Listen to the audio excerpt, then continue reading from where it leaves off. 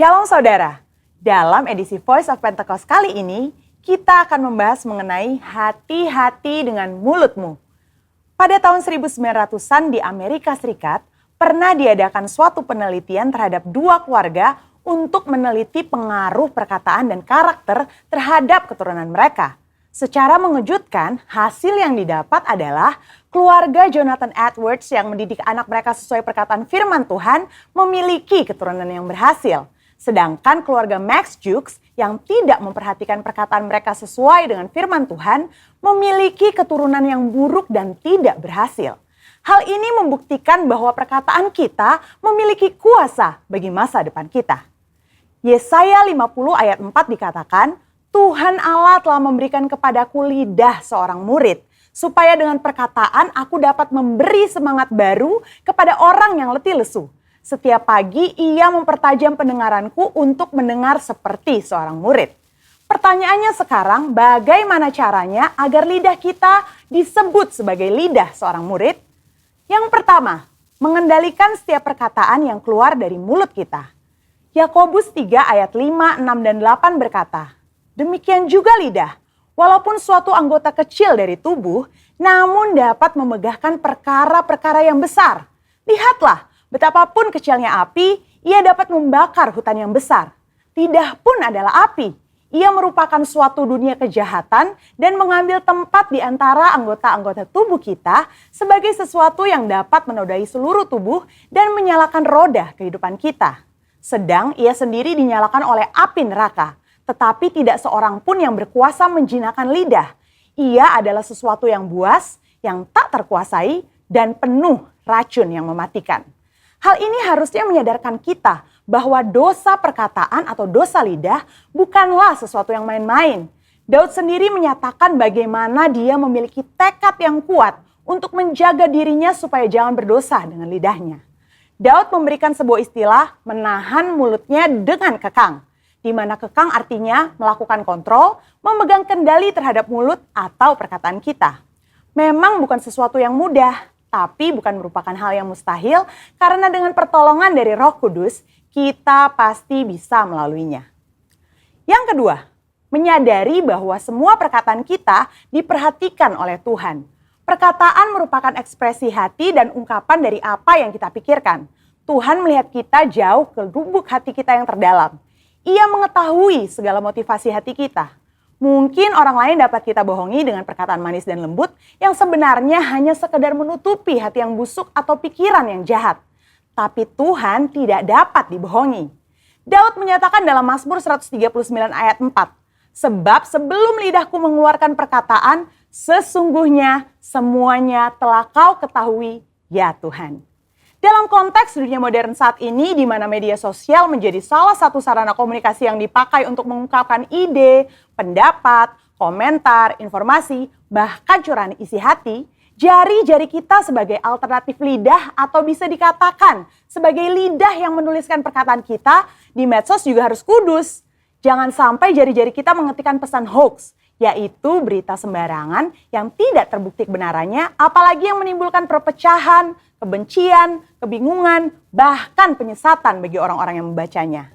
Yang ketiga, mulut kita senantiasa memperkatakan firman dan puji-pujian. Salah satu cara efektif untuk menjaga agar kita tidak salah menggunakan perkataan adalah dengan menggunakannya secara benar, yakni dengan cara senantiasa memperkatakan firman Tuhan dan puji-pujian kepada Tuhan di setiap waktu, di setiap keadaan, di setiap situasi kepada semua orang. Sambil kita memuji-muji Tuhan, ingatlah apa yang Tuhan nyatakan melalui Yakobus dalam suratnya. Jikalau ada seorang menganggap dirinya beribadah, tetapi tidak mengekang lidahnya, ia menipu dirinya sendiri. Maka sia-sialah ibadahnya. Sebagai contoh, bila kita mengalami suatu kejadian yang kurang baik, kita tetap memperkatakan ucapan syukur kepada Tuhan dan bukannya bersungut-sungut, karena firman Tuhan berkata, mengucap syukurlah dalam segala hal. Yang keempat, menyelaraskan perkataan dengan perbuatan kita. Dalam 1 Yohanes 3 ayat 18 dikatakan bahwa kita harus mengasihi bukan hanya dengan perkataan atau dengan lidah saja, tetapi dengan perbuatan dan dalam kebenaran. Perkataan adalah sesuatu yang nyata dan dapat didengar secara nyata. Namun, ketika perkataan diucapkan untuk menyatakan perasaan kasih kepada seseorang, hal tersebut bisa menjadi sesuatu yang tidak berarti apa-apa jika tidak disertai dengan perbuatan nyata seperti yang dikatakan. Misalnya, ketika kita berkata bahwa kita mengasihi Tuhan dengan segenap hati, namun kita malas beribadah atau malas melakukan firman Tuhan, maka perkataan kita tidak bermakna sama sekali. Kita perlu menyelaraskan perkataan dengan perbuatan kita. Dengan demikian, membantu kita untuk berpikir sebelum berkata-kata. Amsal 18 ayat 20-21 mengingatkan bahwa hidup dan mati dikuasai lidah. Oleh sebab itu, kita perlu memperhatikan apa yang kita ucapkan. Biar dari mulut kita hanya keluar kata-kata yang membangun, bukan menghancurkan.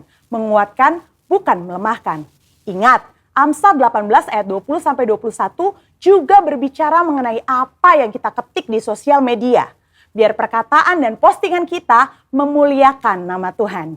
Saudara, untuk penjelasan lebih lengkapnya dari tim teologi kami, jangan lupa untuk buka link yang ada di atas atau scan QR Code yang tersedia. Salam integritas, Tuhan Yesus memberkati. Deklarasi iman, Mazmur 91. Dalam lindungan Allah, orang yang duduk dalam lindungan yang maha tinggi dan bermalam dalam naungan yang maha kuasa akan berkata kepada Tuhan, tempat perlindunganku dan kubu pertahananku, Allahku yang kupercayai. Sungguh, dialah yang akan melepaskan engkau dari jerat penangkap burung, dari penyakit sampar yang busuk. Dengan kepaknya ia akan menudungi engkau, di bawah sayapnya engkau akan berlindung. Kesetiaannya ialah perisai dan pagar tembok. Engkau tak usah takut terhadap kedahsyatan malam, terhadap panah yang terbang di waktu siang, terhadap penyakit sampar yang berjalan di dalam gelap, terhadap penyakit menular yang mengamuk di waktu petang. Walau 1.000 orang rebah di sisimu dan 10.000 di sebelah kananmu, tetapi itu tidak akan menimpamu. Engkau hanya menontonnya dengan matamu sendiri dan melihat pembalasan terhadap orang-orang fasik. Sebab Tuhan ialah tempat perlindunganmu, yang maha tinggi telah kau buat tempat perteduhanmu. Malapetaka tidak akan menimpa kamu, dan tulah tidak akan mendekat kepada kemahmu. Sebab malaikat-malaikatnya akan diperintahkannya kepadamu untuk menjaga engkau di segala jalanmu. Mereka akan menatang engkau di atas tangannya, supaya kakimu jangan terantuk kepada batu. Singa dan ular tedung akan kau langkahi. Engkau akan menginjak anak singa dan ular naga. Sungguh hatinya melekat kepadaku, maka aku akan meluputkannya, aku akan membentenginya, sebab ia mengenal namaku. Bila ia berseru kepadaku, aku akan menjawab, aku akan menyertai dia dalam kesesakan, aku akan meluputkannya dan memuliakannya. Dengan panjang umur akan kukenyangkan dia, dan akan kuperlihatkan kepadanya keselamatan daripadaku. Amin. Shalom Bapak Ibu Saudara. Tuhan menuntun setiap kita sampai detik hari ini dalam anugerahnya yang besar. Tuhan berikan kuasanya untuk kita menang di hadapan Tuhan. Haleluya. Mari berikan tepuk tangan buat Tuhan kita yang luar biasa. Thank you Lord Jesus. Kami percaya dalam anugerah-Mu kami akan tetap bertahan dan menjadi kuat di hadapan Tuhan kami. Yes Lord, sama-sama dengan iman di hadapan Tuhan Yesus. Dengan segenap iman-Mu di hadapan Allah kita. Thank you Jesus. Engkau memberikan kami kuasa-Mu ya Tuhan. Sama-sama katakan di hadapan Tuhan. Amin. Ku diberi kuasa dari Raja mulia, menaklukkan musuh di bawah kakiku. Ku pakai kuasa dari Raja mulia. Jika Allah ada bersamaku, siapa jadi lawanku? Sungguh besar Kau Tuhanku, Engkau perisai hidupku. Ku berdiri dengan iman, iman dalam Yesus Tuhan. Kau yang memberi kemenangan, ku bersorak merayakan. Terpujilah Engkau Raja, segala raja. Sekali lagi dengan segenap hatimu dan imanmu di hadapan Tuhan. Come on. Ku diberi kuasa dari Raja mulia, menaklukkan musuh di bawah kakiku. Ku pakai kuasa dari Raja mulia. Yes, jika Allah ada bersamaku, siapa jadi lawanku? Bila Allah ada bersamaku, siapa jadi? Once again, come on church, dengan imanmu. Jika Allah ada bersamaku, siapa jadi lawanku? Yeah. Sungguh besar Kau Tuhanku, Engkau perisai hidupku. Ku berdiri dengan iman, iman dalam Yesus Tuhan. Kau yang memberi kemenangan, ku bersorak merayakan. Terpujilah Engkau Raja, segala raja. Dengan segenap hati, besar Kau Tuhanku, Engkau perisai hidupku. Ku berdiri dengan iman, iman dalam Yesus Tuhan. Kau yang memberi kemenangan, ku bersorak merayakan. Terpujilah Engkau Raja, segala terpujilah. Oh, terpujilah Engkau Raja, segala raja. Yesus Engkau Raja, terpujilah Engkau Raja, segala raja. Mari tepuk tangan sama-sama di hadapan Tuhan. Dengan iman kami percaya kami umat yang lebih dari pemenang. Haleluya. Sama-sama. Haleluya. Kibarkanlah panjinya, Yesus Raja, segala raja. Haleluya. Haleluya. Bangkitlah gerejanya, kita lebih dari pemenang. Haleluya. Haleluya. Oh, kibarkanlah panjinya, Yesus Raja, segala raja. Haleluya.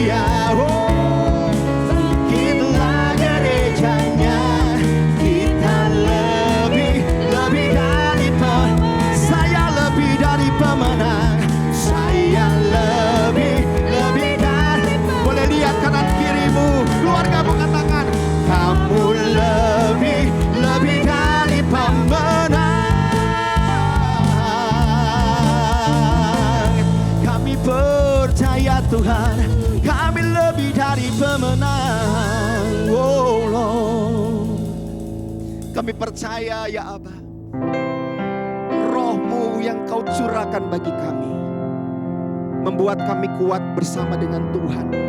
Kami akan lakukan perkara-perkara yang besar dan ajaib dalam hidup kami. Waktu kami angkat tangan, menyerahkan total hidup kami menjadi bejana yang siap Engkau buat Tuhan. Kami tahu kekuatan demi kekuatan, anugerah demi anugerah Engkau berikan bagi setiap kami ya Aba. Thank you Lord Jesus. Thank you Lord Jesus. Shikaralaba ya raba ya raba shededededede. Oh Lord. Sharalabalabalabalabala. Shededededede. Kekuatan di jiwaku, ketenangan batinku, ada dalam hadirat-Mu, ku menyembah-Mu. Yes Lord. Tersungkurku di kaki-Mu, rasakan hadirat-Mu. Takkan ku melepaskan-Mu, Kau cahaya bagiku.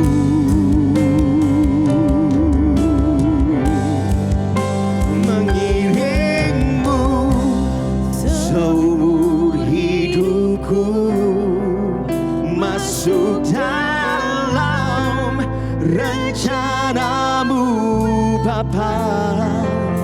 Pikiranku, kehendakku, ku serahkan padamu. Harapanku hanya di dalam-Mu, ku kan teguh bersama-Mu Tuhan. Jadikan ku bejana-Mu Tuhan, oh, untuk memuliakan-Mu, oh, Jesus. Ini bejana-Mu Tuhan. Sama-sama dengan segenap hatimu, come on church. Kekuatan di jiwaku, oh, ketenangan batinku, ada dalam hadirat-Mu, ku menyembah-Mu.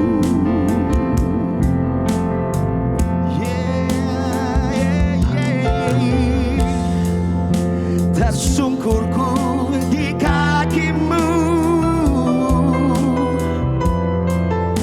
rasakan hadirat-Mu Jesus. Takkan melepaskan-Mu, yes, Kau cahaya bagi kami anak-anak-Mu Tuhan. Come on. Mengiring-Mu seumur hidupku, masuk dalam rencana-Mu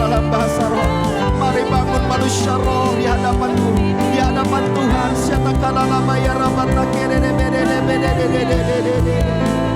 Yes, my Lord, my Lord, my Lord, my Lord.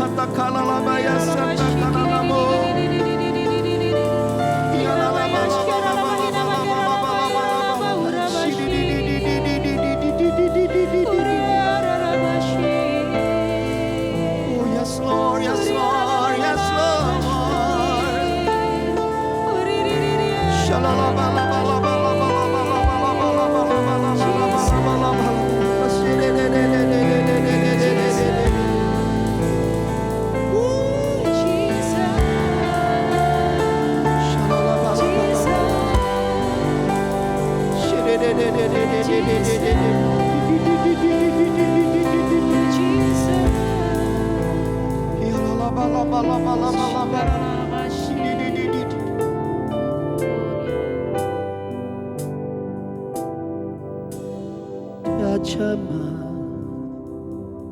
senang hidupku dan beri damai di hatiku. Semua telah berubah dan aku tahu Yesus jamah ku jadi baru dengan imanmu. Dia jamah senang hidupku dan beri damai di hatiku. Semua, oh Lord, semua telah berubah dan aku tahu Yesus jamah ku jadi sembuh, ku jadi sembuh. Dia jamah, dia jamah, dia jamah. Oh, senang hidup kami ya Tuhan, dan Engkau memberi damai di hatiku dan semua, semua telah berubah hari ini. Yang lemah jadi kuat, yang sakit jadi sembuh ya Tuhan. Yesus jamah, dia jamah, dia jamah senang hidupku. Yes Lord. Dan beri damai di hatiku. Mari dengan imanmu Bapak Ibu Saudara katakan, semua telah berubah. Semua, yes Lord, amin. Amin Tuhan, amin Tuhan. Dan aku tahu Yesus jamah ku jadi baru. Sama-sama katakan, Yesus jamah ku jadi baru. Yesus jamah senang hidupku. Yes Lord. Dan beri damai di hatiku. Semua telah berubah, telah berubah. Dan aku tahu Yesus jamah ku jadi baru. Semua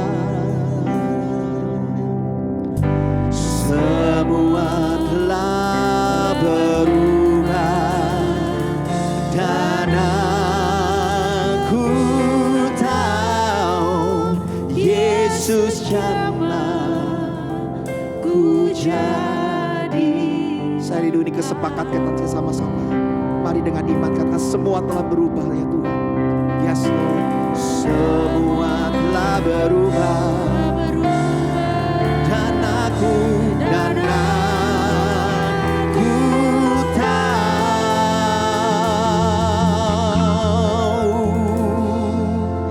Yesus jamah ku jadi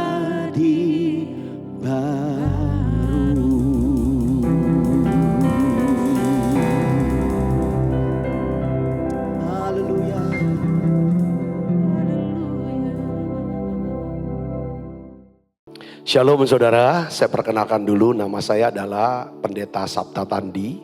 Saya mengembalakan Gereja Betel Indonesia Musi Palem Indah di Palembang atau Gembala Rayon 15 di bawah naungan Bapak Pendeta Niko Nyoto Raharjo. Terima kasih untuk Bapak Pendeta Bambang Subroto yang memberikan saya kesempatan untuk men-sharingkan firman Tuhan. Saya juga mau menyapa para pengerja dan jemaat GBI Green Pramuka Square. Saudara, hari ini saya ingin bagikan lagi saudara tentang satu tema yang sangat penting. Inilah yang harus dijaga saudara. Yaitu apa? Waspadailah pencuri sukacita kita. Saya kasih judul ayat ini, saudaraku. Jadi memang keadaan-keadaan yang sedang kita alami, ya kan? Jangan sampai mencuri sukacita. Kenapa? Nehemia 8 ayat 11 katakan begini. Janganlah kamu bersusah hati. Sebab apa? Baca yang keras. 1, 2, 3. Sukacita karena Tuhan itulah apa? Perlindunganmu. Sekali lagi kita baca. 1, 2, 3. Jangan kamu bersusah hati. Sebab sukacita karena Tuhan itulah perlindunganmu. Dalam terjemahan yang lain sudah disebut sukacita karena Tuhan itulah kekuatanmu. Kekuatanmu. Jadi akar kekuatan kita itu adalah sukacita dari Tuhan. Karena Tuhan. Nah di sini saudara kita harus tumbuhkan yang namanya sukacita ini. Jangan biarkan ada kehilangan gitu loh saudara. Sukacita. Karena iblis berusaha. Si pencuri ini datang hanya untuk mencuri, membunuh, dan membinasakan. Lihat saudara, yang dia curi pertama-tama apa? Sukacita kita. Apa yang menyebabkan sukacita bisa hilang? Pertama karena kita nyimpen dosa. Kemarahan, kebencian, kepahitan, kegeraman, fitnah. Saudara, semua itu bisa curi sukacita, hilang sukacita kita. Nah iblis akan berusaha ini. Ya kita sudah bahas. Jangan beri kesempatan iblis. Kapan kita beri kesempatan iblis? Pada waktu kita marah. Jangan beri keuntungan pada iblis. Kapan kita kasih keuntungan iblis? Waktu kita berhenti. Dan tidak mau mengampuni atau hidup dalam kasih. Nah hari ini saudaraku kita harus tahu. Bahwa yang dicuri iblis itu adalah sukacita kita. Kalau iblis bisa mencuri sukacita kita, maka kita tidak lagi ada apa? Perlindungan. Tidak ada lagi kekuatan. Karena Alkitab katakan apa? Sukacita karena Tuhan itulah apa? Perlindungan. Kita butuh perlindungan hari-hari ini. Di masa pandemi, di masa resesi, kita butuh perlindungan dari Tuhan. Nah Tuhan bisa melindungi saudara dan saya kalau ada sukacita. Nah sekarang mengapa perlu memelihara sukacita karena Tuhan ini? Karena sukacita karena Tuhan ini adalah pintu masuk bagi segala berkat dan mujizat Tuhan. Saudara mau gak diberkati? Siapa yang mau diberkati? Katakan amin. Kalau saudara mau diberkati Tuhan, saudara mau mengalami mujizat dari Tuhan, satu Alkitab katakan minta, saudara harus punya apa? Sukacita.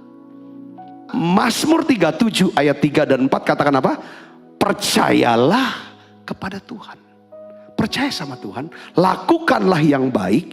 Diamlah di negeri. Dan berlakulah apa? Setia. Dan bergembiralah karena Tuhan. Maka ia akan apa? Memberikan kepadamu apa yang diinginkan hatimu. Apa yang menjadi keinginan hati saudara sekarang? Tuhan akan berikan apabila saudara memiliki apa? Sukacita. Katakan amin. Jangan kehilangan sukacita. Ya kan orang marah-marah terus gak ada sukacita itu.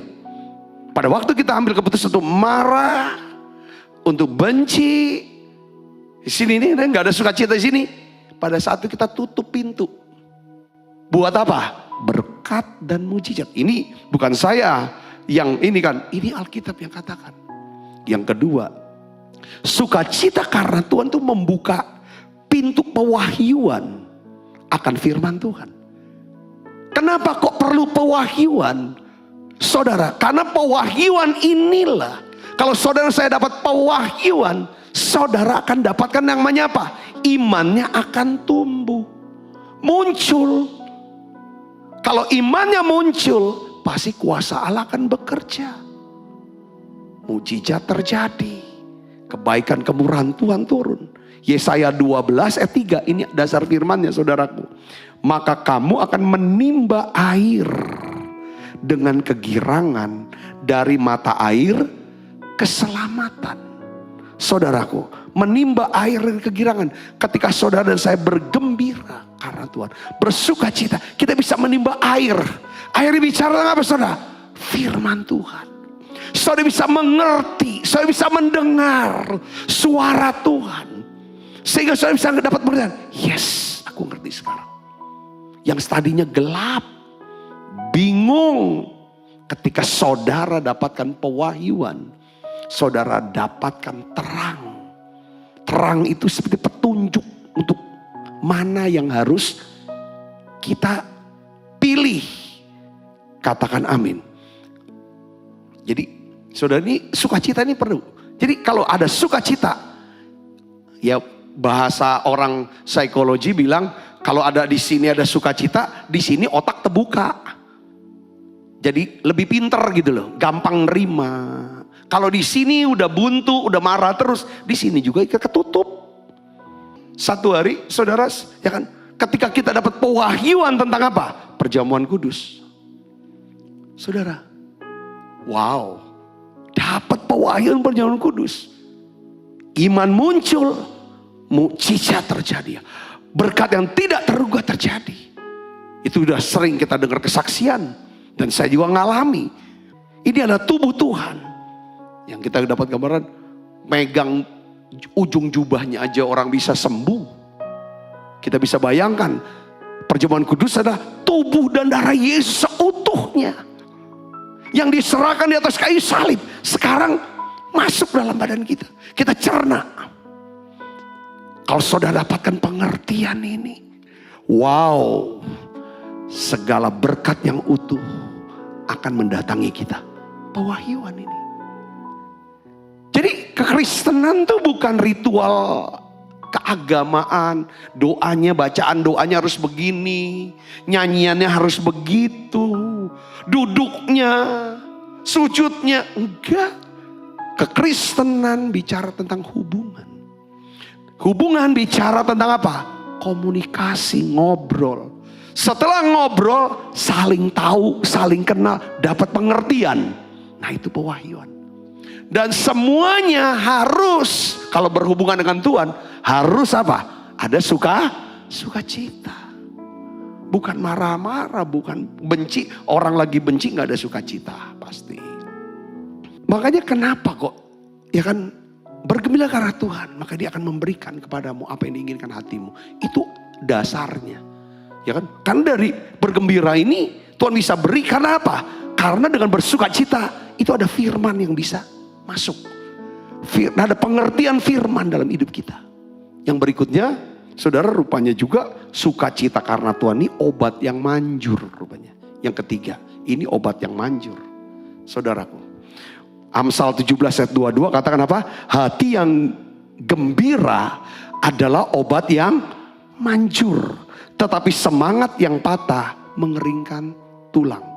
Jadi gini saudara, apapun yang terjadi dalam hidup saudara, atau mungkin saudara sedang berada di dalam lembah air mata, mungkin kena COVID-19, saya mengalami PHK kan mungkin, saudara mungkin kehilangan bisnis, kehilangan pelanggan, kehilangan omset, saudara mengalami defisit cash flow, saya mengalami hubungan yang retak dan lain sebagainya, saya tidak tahu apa.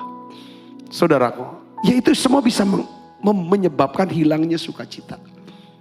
Atau saudara gagal, jatuh dalam dosa atau kesalahan, ada pelanggaran, pasti nggak ada sukacita. Ini nasihat saya sebagai hamba Tuhan yang mengasihi saudara. Cepat bangkit, cepat pulih. Jangan diem, jangan simpen hilangnya sukacita. Kalau udah tercuri ini, cepat ambil balik. saudaraku. Karena gini ya, saudaraku. Ketika kita mulai kehilangan sukacita, saudara, maka ada dua pilihan yang kita bisa ambil. Waktu kita mengalami masalah kesulitan, ada dua pilihan yang kita bisa ambil, saudara. Pertama, kita bisa melibatkan Tuhan dengan menyembah, worship. Waktu dalam nyanyian pujian, saudaraku, kita minta Roh Kudus penuhi kami. Lalu kita berdoa, kami minta sukacitamu Roh Kudus, penuhi kami. Karena kalau kita dipenuhi dengan Roh Kudus, pasti kita dipenuhi dengan apa? Sukacita. Kalau enggak kena juga, enggak dapat juga, pasti ada sesuatu yang tidak berkenan di hati Tuhan. Lalu kita datang minta menghadap tata kasih karunia. Tuhan, ampuni dosaku, ampuni pelanggaranku, ampuni salahku Tuhan. Dari hati yang dalam, basuhku dengan darah-Mu yang kudus. Kembalikan sukacitamu Tuhan, kembalikan sukacitamu di hatiku. Ini penting, saudara, harus doa. Itu hanya bisa pada waktu kita worship. So bisa worship.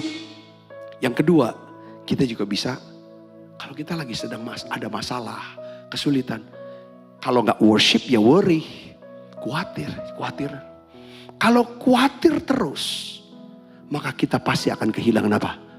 Sukacita. Kalau hilang sukacita, hilang perlindungan. Makanya orang pada bilang, kenapa ya masalah satu belum selesai, kok ada masalah lagi? Masalah kapan selesai? Capek saya. Pernah nggak saudara ngomong seperti itu? Waktu kita kena masalah satu kan hilang sukacita kita.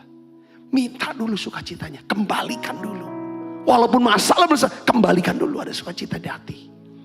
Nah kembali saya bilang, sukacita itu bisa ada karena ada pengharapan. Kita punya pengharapan karena kita punya firman. Kemarin istri saya bersama dengan anak-anak, dia tuh istilahnya ngikutin seperti webinar tentang baca cepat. Terus selesai webinar, ceritalah Bu Andit nih, istri saya sama saya. Dia ngajarin gini, baca cepat tuh dari satu paragraf tuh, apa sih message-nya dari paragraf itu. Lalu pentingnya untuk, kan manusia ada dua pikiran. Pikiran yang mikir, yang ada pikiran yang ada di bawah sadar. Jadi membaca itu untuk masukin dulu ke alam bawah sadar. Masukin. Supaya nanti kalau ada apa-apa kita tinggal bisa manggil. Karena gak mungkin kita bisa mengingat apa yang gak pernah kita baca, yang gak pernah kita masukkan. Saya bilang, kok persisnya setengah khotbah saya bilang. Saya juga sering ajar jemaat, baca aja Alkitab. Kamu ngerti gak ngerti, baca aja. Sampai masuk ke dalam batin, dalam hati. Nanti kalau ada apa-apa, kena apa-apa, doa. Roh Kudus akan mengingatkan firman yang pernah kita baca, yang pernah kita dengar. Itu udah. Ketika ada firman, di situ ada kuasa. Yang ngerti kata namanya saudara. Kalau nggak pernah baca Alkitab, nggak pernah baca firman, bagaimana bisa berharap? Pengharapan kita dari ayat-ayat firman Tuhan itu yang kita baca. Oh dia pernah gini, pernah gini. Kita tahu ceritanya. Begitu kata-katanya. Makanya banyak orang Kristen, saudaraku, kenapa kok mudah sekali kehilangan sukacita? Karena mereka tidak punya dasar untuk berharap. Dasarnya berharap tuh dari apa? Firman Tuhan, Alkitab yang dibaca. Makanya makin banyak ayat firman Alkitab, saudara, ayat-ayat Alkitab yang kita masukkan, saudara, ke dalam hati kita. Kalau istilah bahasa ininya, alam bawah sadar kita. Makanya jangan kamu lupa memperkatakan kitab Taurat ini, perkatakan. Waktu kita saudara perkatakan firman, doakan, pikirkan. Itu saudara sedang apa? Masukin ke dalam bawah sadar. Nanti ketika kita sedang lemah, kita sedang hadapi sesuatu, kita doa, Roh Kudus berikan aku sukacita. Baru Roh Kudus kasih firman sama kita. Itu yang buat kita bisa bersukacita. Katakan amin saudara. Nah, Charles Swindoll, seorang hamba Tuhan, dia banyak tulis buku tentang Musa, Paulus, Yesus. Itu semua buku-buku yang tentang tokoh-tokoh tuh saya baca, saya beli, saudara. Itu ada semua. Ini hamba Tuhan yang luar biasa. Dia tulis ada 3 hal yang menjadi pencuri sukacita. Yaitu apa saudara? Pertama apa? Kekhawatiran. Yang kedua apa? Tekanan batin. Ya. Yang ketiga adalah apa? Ketakutan. Cara saudara bilang ketiga ini pencuri sukacita kita. Saudaraku, bisa sebab ini hilang. Kalau dikhawatirkan, memikirkan dan memperkatakan sesuatu yang mengancam kita. Yang kita berpikir bahwa ini akan terjadi. Tapi belum tentu juga terjadi, khawatir. Saudara, itu khawatir. Tekanan batin atau stres. Tekanan batin. Kadang-kadang tekanan batin saya bilang itu kan, bisa itu hilang. Kan ada yang namanya kesalahan, pelanggaran, atau dosa. Yang disimpan itu bikin stres gitu saudaraku. Ya kita mungkin gak salah ya, orang salah sama kita. Ketika kita pikirin terus, kita omongin terus, kita simpen salahnya dia, itu bikin stres tuh. Saudaraku, khawatir, saya bisa khawatir tentang soal makan, minum, masa depan anak-anak, itu bisa khawatir. Takut tuh bicara tentang apa? Ancaman nyata sepertinya yang kita sedang hadapi. Sekarang duit gak ada, penagih hutang sudah ngetok rumah. Itu takut, bukan khawatir lagi. Saudaraku, kalau khawatir duit masih ada, cuma dagangan kok sepi. Ini bisa menghilangkan sukacita. Nah, Charles Swindoll dia mendefinisikan kekhawatiran adalah kegelisahan yang berlebihan akan suatu hal yang mungkin terjadi atau mungkin tidak terjadi. Dan biasanya nggak terjadi tuh apa yang kita khawatirkan, saudaraku. Ya kan? Aduh khawatir nih. Aku nih nggak diterima di mana-mana. Itu kan khawatir. Tapi kan belum tuh terjadi. Ternyata kan bisa aja diterima di sini, di situ, di sana. Ngerti nggak? Kalau aku nggak keren, kalau aku nggak punya ini, punya itu, kalau aku nggak operasi plastik, nanti operasi nggak plastik lagi pasti ya, besi biar tahan awet gitu kan saudara. Wah nanti aku gini. Ini saudaraku, ini bicara tentang khawatir. Nanti orang gak terima aku. Nah tekanan batin adalah ketegangan yang berlebihan terhadap situasi yang tidak dapat kita ubah. Itu stres. Kita mau ubah sesuatu, tapi kita gak bisa. Saudaraku. Dan ini, tegang kita. Tekan yang luar biasa. Atau sesuatu yang kita tidak bisa kendalikan, kita mau kendalikan. Salah satunya apa? Kita ngubah hati anak maupun di anak kita. Nggak bisa. Yang bisa ubah hati itu Tuhan. Katakan amin saudaraku. Kayak ekonomi. Kita nggak bisa kendalikan ekonomi. Ketakutan adalah menurut Charles Swindoll adalah apa? Kecemasan yang sangat terhadap bahaya, kejahatan dan penderitaan. Ketakutan yang memperbesar daripada masalah kita. Ayub saudara, Ayub 3, 25, 26 dia jelaskan tentang takut. Ya, karena yang kutakutkan itulah yang menimpa aku. Jadi rupanya nih takut ini seperti apa yang kutakutkan itu yang menimpa aku. Apa yang kucemaskan itu yang mendatangi aku. Aku tidak mendapat ketenangan dan ketentraman, aku tidak dapat istirahat, tetapi gelisahlah yang timbul. Rupanya nih takut dan cemas itu seperti iman. Tuhan kan berkata, jadilah menurut imanmu. Kalau saudara punya iman kepada Tuhan, bahwa Tuhan sanggup sembuhkan saudara. Kalau saudara punya iman kepada Tuhan, bahwa seluruh keluarga saudara akan bertobat dan percaya Yesus diselamatkan. Maka Tuhan kata, jadilah menurut imanmu. Kalau saudara punya iman, bahwa Tuhan akan memberikan pekerjaan, memberikan rejeki dengan pekerjaan, dengan usahamu, dengan baik saudaraku. Tuhan bilang jadi. Tapi sebaliknya, apa yang kita takutkan, Ayub bilang, itu datangi aku. Apa sih yang dia takutkan sama Ayub? Ini kan kesimpulan. Dia takut, saudara, Tuhan tidak memberkati dia lagi. Dan betul, apa yang dia takutkan itu terjadi. Seluruh kekayaannya dalam tempo 1 hari itu ludes. Dia takut anak-anaknya dihukum Tuhan. Karena anaknya suka pesta. Makanya dia bawa korban. Dia ibadah tapi didorong oleh rasa takut, bukan cinta sama Tuhan. Ibadah takut dihukum Tuhan, takut tidak diberkati Tuhan. Apa yang ditakutkan itu mendatangi dia. 10 anaknya mati seketika. Saya lihat sini, ya kan? Apa yang dia takut? Dia ibadah supaya dia sehat. Ya nggak salah. Dia takut kalau aku nggak ibadah, nggak doa, nanti aku kena sakit. Pendekatannya tuh adalah penghukuman dari Tuhan. Kalau aku nggak bawa korban, nggak ibadah, nanti aku kena sakit. Apa yang ditakutkan itu yang datang, dia kena sakit. Saudaraku yang Kristus, ya, saya mau beritahu kepada saudaraku bahwa bagaimana kita bisa bentengi dan lindungi diri kita dari pencuri sukacita ini. Caranya bagaimana saudara? Kita harus memiliki keyakinan yang sama seperti yang dikatakan Rasul Paulus dalam suratnya di dalam kitab Filipi.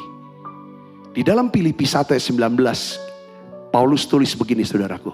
Kita baca sama-sama, 1, 2, 3. Karena aku tahu bahwa kesudahan semuanya ini ialah keselamatanku oleh doamu dan pertolongan Roh Yesus Kristus. Saudara tahu pencuri sukacita pertama apa? Khawatir. Kedua apa? Stres. Ketiga apa? Takut. Ini kuasa iman yang negatif. Ketika hilang sukacita lewat 3 hal ini, maka Ayub, kesaksian Ayub itu terjadi. Tuhan pulihkan Ayub setelah Ayub berdoa untuk sahabat. Sukacitanya muncul. Nah, kita lihat dari Paulus saudara. Dia jaga banget sukacitanya. Karena apa? Paulus punya pengharapan. Orang yang punya pengharapan pasti punya sukacita. Orang yang punya pengharapan pasti punya keyakinan. Punya keyakinan akan Tuhan. Tuhan yang bagaimana? Pertama saudara, dari Filipi 1 ayat 19 untuk kita bisa memelihara sukacita kita. Memelihara pengharapan kita. Kita harus memiliki keyakinan yang pertama. Bahwa Tuhan mengetahui apa yang sedang terjadi dalam hidup kita. Tuhan tahu apa yang sedang terjadi dalam hidup kita. Dan bagaimana kesudahannya. Karena Tuhan yang kita percaya namanya siapa? Yesus yang berkata, aku adalah Alfa dan Omega. Aku adalah yang awal dan juga akhir. Artinya apa? Dia bisa tahu akhir kesudahan cerita kita dari awal. Kita nggak tahu. Dia tahu saudara ujungnya kemana. Nah, Paulus punya keyakinan. Saudaraku, Allah tahu apa yang sedang terjadi dalam hidup dia. Walaupun dia mengalami penderitaan yang hebat, dia tahu ujungnya itu apa, kemana. Tuhan bawa. Saudaraku yang kasih Kristus, kalau kita bisa mengetahui hasil akhirnya dari awal hidup kita, maka kita bisa memelihara sukacita karena Tuhan. Kayak seorang ibu dinyatakan positif hamil. Wow, sudah nunggu sekian tahun hamil. Waktu 9 bulan 10 hari tiba saatnya untuk bersalin, dia mengalami kesakitan. Berjam-jam sakit, dia minta ampun. Tapi dia menderita sakit, dia tahu ujungnya apa. Dia akan punya anak yang dinanti-nantikan selama ini. Dia tahan mengalami sakit bersalin. Saudara bisa mengerti sini, katakan amin. Ya, kalau kita bisa mengetahui hasil akhir dari awal, kita bisa memelihara sukacita karena Tuhan. Dan sukacita karena Tuhan itu lahir oleh karena pengharapan kita sama Tuhan. Pengharapan itu karena ada keyakinan bahwa Tuhan tahu apa yang sedang terjadi dan bagaimana kesudahannya itu. Saudara pernah dengar gak? Kok saya keingetan dengan kisah di mana Saulus yang akhirnya jadi Rasul Paulus ini. Saudara, lagi dia berjalan menuju ke Damsik. Saudara, tiba-tiba di perjalanan Tuhan menampakkan diri dengan satu sinar. Dan Tuhan berkata apa saudara? Saulus, Saulus, mengapa kamu menganiaya aku?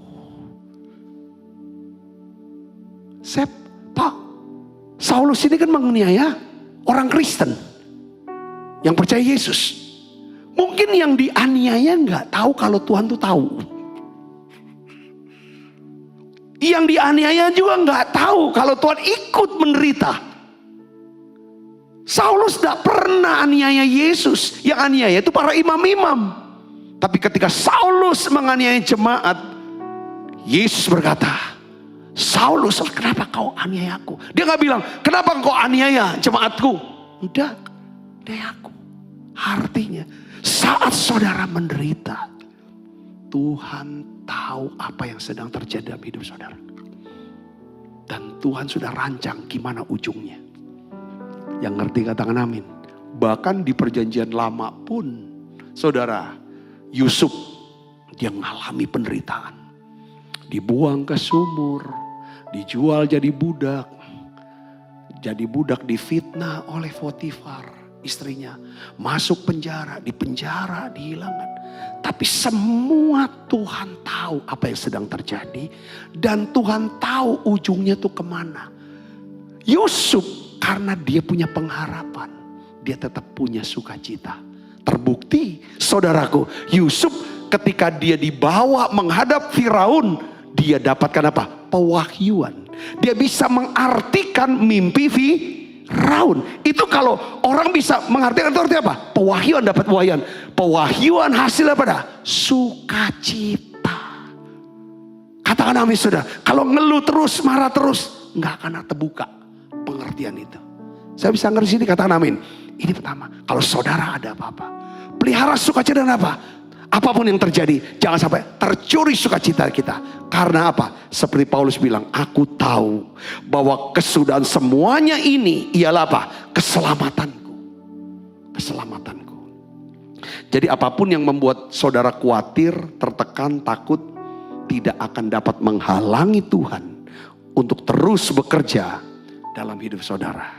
Yang percaya katakan amin. Yang percaya katakan amin. Saudara dapat hidup dengan penuh keyakinan. Tuhan yang mengasihi saudara, dialah yang mengatur segalanya untuk mendatangkan kebaikan bagi setiap kita yang mengasihi dia. Katakan amin. Saudara mau tetap bersuka cita? Kita belajar dari Paulus, saudaraku. Ya, dia berkata bahwa apa? Kesudahan semuanya ini ialah keselamatanku oleh doamu. Ya kan, kita harus punya keyakinan bahwa dukungan doa saudara-saudara seiman itu penting buat kita. Dukungan doa. Saudara harus punya komunitas orang-orang yang setia sama Tuhan. Saudara bisa minta sama dia, tolong doakan saya. Saudaraku, saudara dan saya, kita semua butuh dukungan doa. Katakan amin. Rasul Paulus sendiri ini hamba Tuhan hebat, hamba Tuhan besar. Seorang yang begitu dekat sama Tuhan. Pernah ke sorga dan pulang lagi dapat tiket PP saudara ke sorga. Banyak orang cuman one way tiket ke sorga, saudara bisa balik lagi. Dia bisa pulang pergi. Dia masih berkata bahwa kesudahan semuanya ini adalah keselamatanku. Aku bisa selamat, pelihara iman, itu karena hasil doamu. Katakan amin saudara. Ini kerendahan hati yang luar biasa. Yang ketiga dia bilang, ya kan, oleh apa? Bukan cuma oleh doamu, tapi oleh roh pertolongan, roh Yesus Kristus.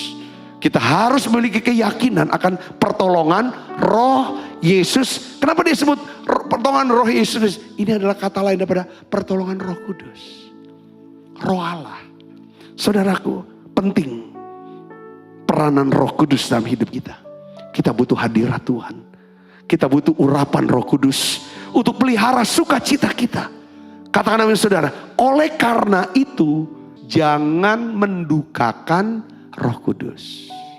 Yang keempat saudaraku, kita lihat di sini ya, ujungnya adalah bahwa Paulus memiliki iman bahwa Tuhan akan menyelesaikan masalahnya untuk selamanya.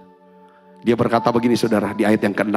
Ia yang memulai pekerjaan yang baik di antara kamu akan meneruskannya sampai pada akhirnya. Aku tahu bahwa kesudahan semuanya ini ialah apa? Keselamatanku.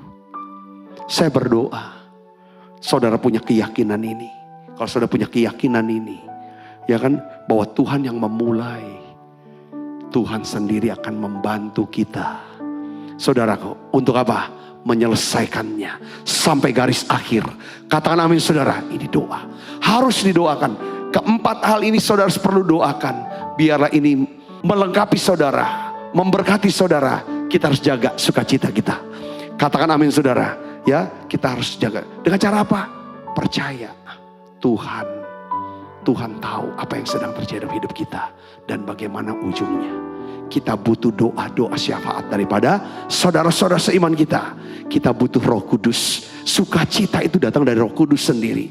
Yang keempat, percaya bahwa kita akan sampai kepada garis akhir. Katakan amin saudara, Tuhan akan genapkan tahun-tahun umur kita. Tuhan Yesus memberkati. Waktuku berseru, Kau halau semua musuhku. Allah di pihakku, ku percaya. Waktuku berseru, Kau halau semua musuhku. Allah di pihakku, ku percaya. Bapa, dalam nama Tuhan Yesus, lawat dan jamah setiap hati kami Tuhan. Biarlah kebenaran firman-Mu ini masuk ya Tuhan, tertanam dalam setiap hati kami. Kami percaya Tuhan, kami percaya kepadamu ya Tuhan. Lindungi setiap kami Tuhan. Pelihara setiap anak-anak-Mu ya Tuhan. Umat-Mu Tuhan, jemaat-Mu ya Tuhan. Daripada GBI Green Pramuka Square ini Tuhan, seluruh pengerja hamba-Mu ya Tuhan. Semua ya Tuhan Yesus, aku minta ya Bapa, semua kami hidup dalam sukacita-Mu ya Tuhan. Karena Allah dari pihak kami. Terima kasih Tuhan, terima kasih. Bungkus setiap kami semua dengan kuat kuasa darah-Mu. Malaikat Tuhan berpasukan mengawali langkah hidup kami semuanya. Limpah rahmat dan rezeki Tuhan berikan. Kesehatan, kekuatan menjadi bagian hidup kami semuanya. Amin. Apa yang dimaksud dengan Pentakosta ketiga? 1. Pentakosta ketiga adalah pencurahan Roh Kudus yang dahsyat di zaman ini, melebihi yang terjadi di Asusastit. 2. Pentakosta ketiga akan mengakibatkan penuaian jiwa yang terbesar dan yang terakhir sebelum Tuhan Yesus datang kembali. 3. Pentakosta ketiga akan membangkitkan generasi Yeremia, yaitu anak-anak muda yang dipenuhi Roh Kudus, cinta mati-matian kepada Tuhan Yesus, tidak kompromi terhadap dosa, dan akan bergerak untuk memenangkan jiwa. 4. Pentakosta ketiga lahir di Indonesia dan bergerak ke bangsa-bangsa. Gerakan ini dari timur ke barat dan akan kembali ke Yerusalem.